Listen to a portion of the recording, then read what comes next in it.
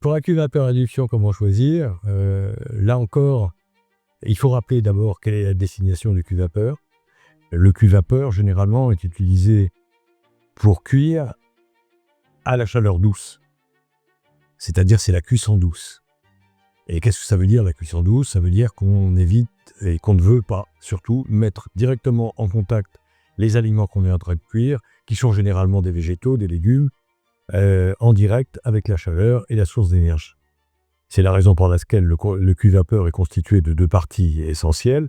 La cuve, qui va contenir l'eau qu'on va porter à ébullition pour produire la vapeur, laquelle s'élève dans l'insert, qui est généralement du même diamètre que la cuve, et dans lequel on a posé les aliments. Donc, la vapeur, passant au travers des trous du cuve vapeur, vient cuire dans un environnement humide et chaud, les aliments qui se trouvent à l'intérieur. Seulement, si on veut maintenir ce degré de température pour ne pas franchir idéalement la zone des 85 degrés, au-delà de laquelle on va détruire les nutriments, notamment des légumes, il faut savoir moduler parfaitement la température.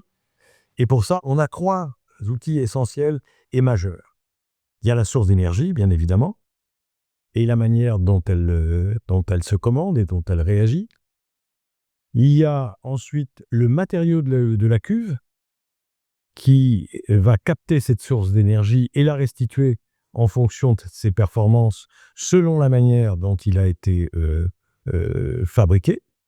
Et enfin, on en parle très peu souvent, on a le couvercle du cuve vapeur posé sur l'insert qui va permettre, en fonction de sa position, de réguler le débit de vapeur et, ce faisant, d'intensifier la chaleur ou de la réduire, en même temps que l'évacuation de la vapeur permettra, elle aussi, de rester dans la zone préférentielle que j'évoquais tout à l'heure, de 85-90 degrés.